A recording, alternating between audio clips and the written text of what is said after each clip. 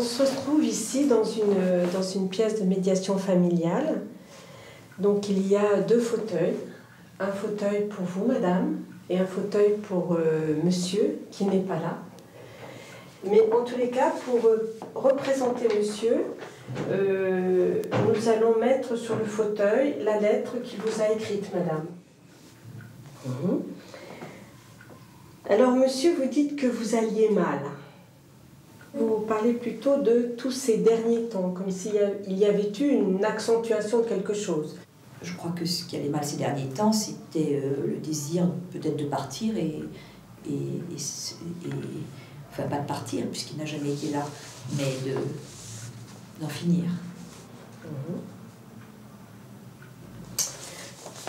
Monsieur, vous dites aussi que madame vous a posé une condition lors de votre rencontre, qui a été celle de ne plus voir les autres, vous dites.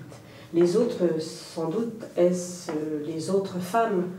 Oui, et je lui avais dit que si j'avais la certitude d'être différente, d'avoir vraiment ce statut de favorite, je pourrais accepter.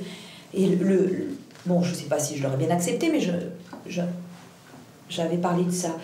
Donc, et le plus drôle, c'est que je n'ai même pas su qu'il avait cessé de voir les autres.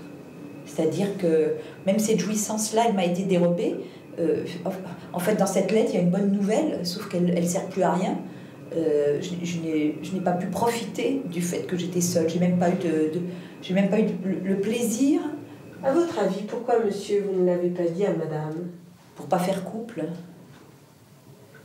Pour pas que votre demande s'engouffre dans une brèche. Moi, la première nuit qu'on a passée ensemble, le lendemain matin, il m'a dit, la première phrase, ça a été « Résistez-moi, si vous voulez que je vous aime.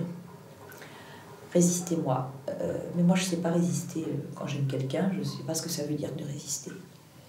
Donc, on est parti tout de suite sur ces bases Et je pense qu'il m'a maintenue dans la demande. Je pense que c'est quand même un peu pervers aussi, parce que je pense que... il reprend ce mot généreux dans sa lettre. Je l'avais accusé de ne pas être généreux. Et je voulais dire par là que il m'a mis dans il a vu dans quelle position de demande il me mettait. Et en fait, il a joué avec aussi. Je pense que s'il avait donné un tout petit peu plus, ou s'il avait manifesté plus, justement, par exemple, ce statut que j'avais, qui était à part, il aurait un petit peu affaibli ma demande. Si je m'étais sentie en sécurité, protégée, rassurée, ben, j'aurais demandé un peu moins. Déjà que je ne demandais pas beaucoup, je trouve. Et monsieur, vous ne l'avez pas dit à madame que vous aviez cessé de voir les autres femmes? Clairement jamais, en tout cas.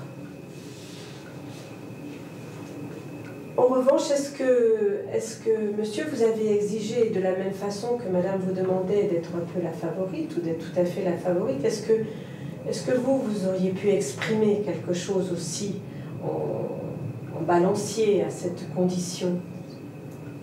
Est-ce que monsieur, vous avez exprimé quelque chose? Madame, est-ce que monsieur, vous avez exprimé quelque chose? Je pense qu'il aurait aimé que moi aussi, pour être moins dans la demande, que moi aussi je sois plus volage, pour être moins en situation de demande. Je crois que c'est vrai que j'étais dans les rôles comme ça que nous nous sommes attribués. C'était moi qui étais dans la demande et lui qui était dans le refus. Enfin, il y a un moment où on se demande comment demander moins. Être constamment caché, ne jamais pouvoir passer plus de 2 jours, pouvoir l'autre péter les plombs quand on dit samedi soir. Il y a un moment où moins, qu'est-ce que c'est moins? Enfin, je veux dire, il y a un moment où ce moins, ça revient à rien. Pourtant, en même temps, monsieur, vous avez l'air de vous dire dans votre lettre l'amour immense, en tous les cas, dans cette rencontre que vous avez éprouvée pour madame. Oui, on peut dire, voilà, c'est une entente extraordinaire, sauf qu'on se voit 1 heure par mois, quoi. Bon, oui, d'accord. Oui, une entente extraordinaire, mais enfin, disons que c'était la peau de chagrin, il fallait que ce soit de moins en moins de temps, et je crois, oui, enfin, il y a un moment où il y avait plus de frustration que de... En même temps, si l'on entend les termes de la lettre aussi, c'est-à-dire que cette qualité de relation dont monsieur vous parlait, en même temps, pour que cette qualité existe, il faut avoir un lien fort. Donc, d'une certaine manière... Bon, je crois aussi que dans la lettre, il veut m'épargner et qu'il ne veut pas que cette lettre soit cruelle et que c'est aussi un peu du blabla du blabla gentil pour m'épargner, enrober tout ça c'est de la littérature. Ce que vous dites aussi, monsieur, c'est que pourtant vous avez cru à cette relation. C'est comme si ça avait été un peu une révélation, cette relation. C'est-à-dire, vous avez cru qu'elle pourrait vous amener à ce bonheur auquel vous aspirez, mais que vous n'arrivez pas à vous laisser vivre. Hein, donc, est-ce que ça, c'est quelque chose que monsieur vous a dit, un peu l'unique de cette relation, le côté très, très nouveau, très exceptionnel? Oui, ben c'est pour ça que j'ai eu cette sensation de gâchis. C'est que si c'était si unique, si exceptionnel, pourquoi rien n'est possible? Moi, j'ai l'impression que je n'ai jamais... j'ai toujours été dans la crainte, c'est-à-dire que même dans la jouissance physique, sexuelle, je ne l'ai pas vraiment éprouvée, je dois dire, parce que je me disais toujours, et si c'est la dernière fois? J'ai toujours été dans la crainte que c'était la dernière fois, dès le premier jour, que je résistais pas assez, que je demandais un peu trop, et donc cette crainte m'a quand même ôté beaucoup de mon plaisir. J'ai jamais su... Alors, il y a quelque chose d'autre que vous dites, monsieur, c'est...